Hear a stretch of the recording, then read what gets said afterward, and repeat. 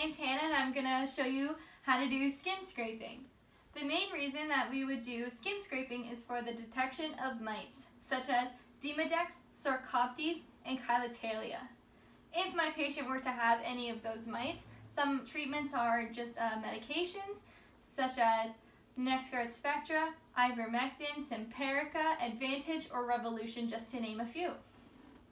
So to start, I'm going to show you what's on my tray and what I'm going to have ready for my patient. I'm going to have clippers to clip the area that I need. I'm going to use Scotch tape for Chilothalia. I'm going to have my mineral oil, my dull scalpel blade, my gloves, and cover slips with slides so I can look at it under the microscope later on 40 power. So to start, I'm going to start off with the mite Demodex. So this is a burrowing mite that usually occurs around the eyes, the mouth, the forelimbs, and the trunk. So I'm just going to choose, I think I'm just going to go around the mouth. So to start, I'm going to put my gloves on because the mite Sarcoptes is zoonotic. And I just want to be sure that I'm wearing proper PPE. So I'm just going to take my dull scalpel blade and hold it in my hand.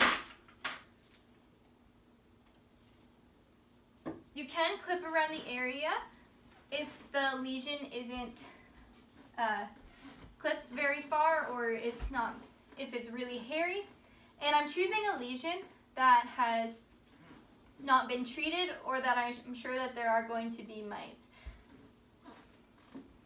So I'm just going to put some mineral oil on my scalpel blade, and I'm going to be scraping parallel to the skin in the motion that the hair grows. So because it's on the mouth, I'm going to turn him this way and just scrape in the direction of the hair.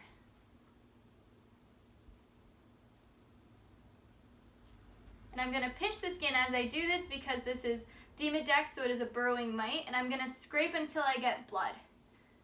That is a good indication that I got a yieldly sample. After that, I'm going to transport it to the slide, just like that.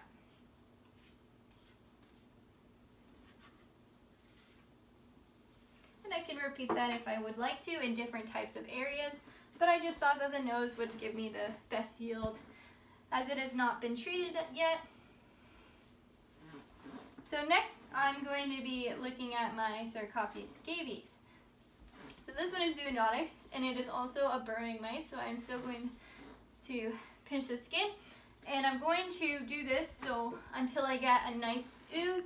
That also indicates that I've gotten a good yield. So I'm yet again going to put some mineral oil on my dull scalpel blade. And Sarcoptes scabie usually occurs around the ear margins, the ventral abdomen, the elbows, and the hock. Ventral thorax area, not abdomen, sorry. So with this one, I think I'm going to go around the thorax since it's here.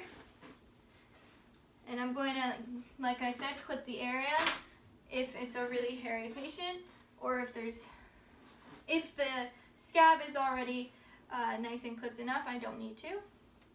So I'm just going to scrape my area as I pinch it,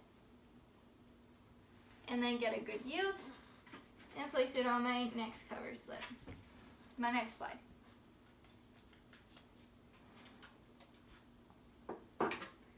The next mite that I'm going to be working with is Chilothalia. Now this one is a little bit different. It is also known as the walking dandruff. So this one usually occurs in the dorsal lumbar or pelvic region. So I can go around here to the dorsal lumbar region. And this one I can use some tape.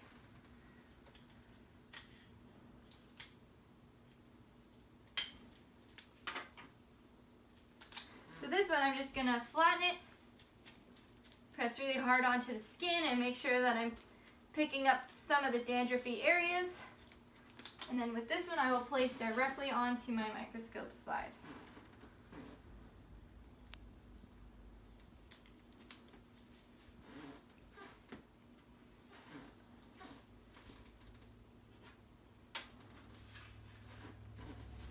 I can also do another scraping, and I'm going to make sure just to get a lot of the dandruff, put some mineral oil on, and then just do some scraping in the direction of the hair growth.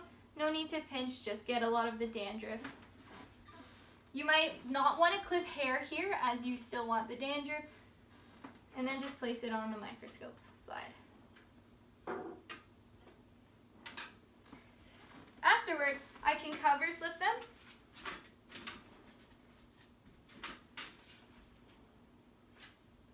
and put them under the microscope slide and start off by looking at them under 10 power, and then I can move to 40 to get a better visual on what they are. I can use 10 just to see if I see anything, and then go up to 40 to determine what type of mite I'm seeing.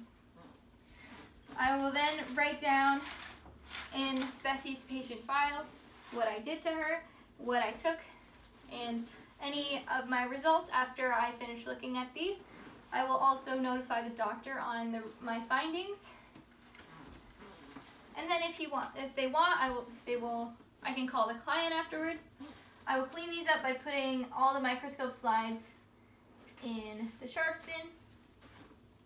And I will just clean up my equipment, clean my clippers, put away the mineral oil back where they go, take off my gloves,